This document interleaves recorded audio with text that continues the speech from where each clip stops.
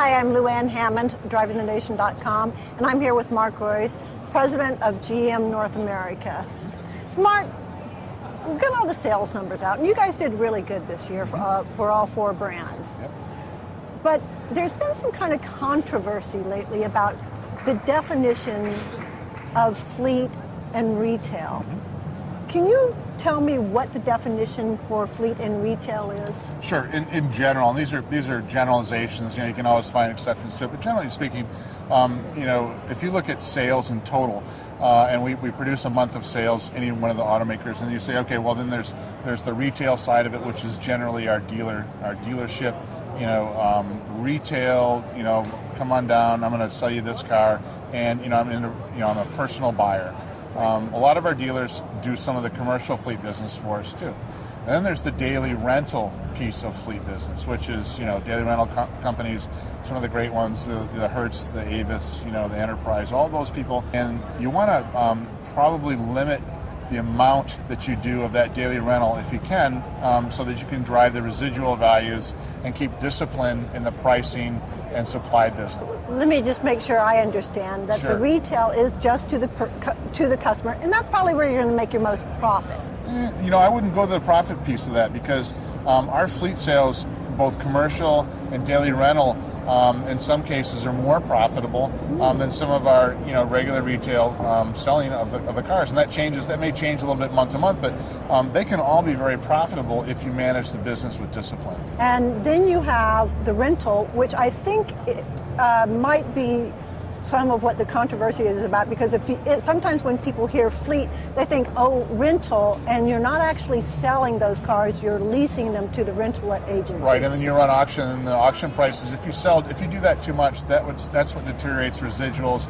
and creates bad resale for any of the makers. And what's happened in the industry, where we had overproduction going on, particularly in the Detroit manufacturers over the recent years, we overproduced and would use that as a safety valve to put units from a plant that may not be, accurately matching supply and demand on the retail and commercial side of it. So there is a lot of bad behavior by lots of folks in the industry because of the structural cost to run a plant. So the industry was focused on running plants to produce profit. So that's really not a good business model at all. And I think you've seen over the last few years that business model has been really destroyed.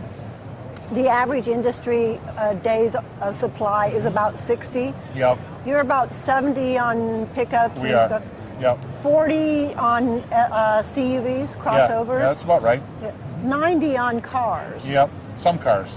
Why? Well, when we started up the cruise, when you launch a big car with 3 shifts at a plant, you build some inventory.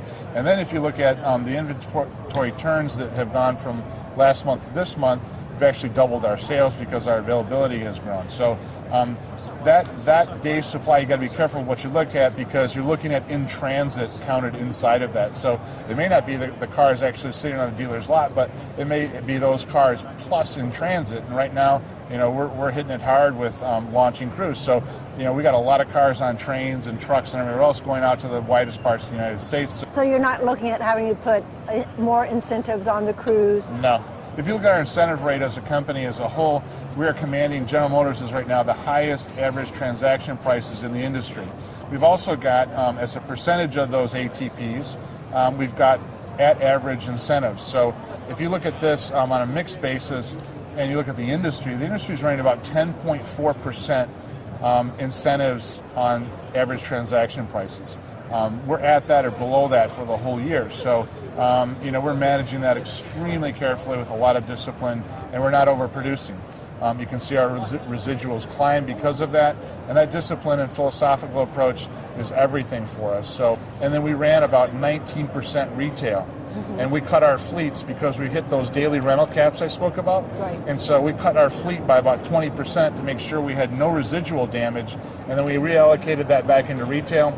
And so we ran about 19.6 on a market share basis total, and then we ran about 19% on a retail basis. 19% was our highest month of the year. In fact, we haven't run 19% in about 4 or 5 years. So. And you sold 118,000 more cars with 4 brands than you did with 8. That's exactly right. So we're getting the discipline and the machine in place to really have a good 2011. Mark, thank you very much. Thank you, Lou Ann. I appreciate it.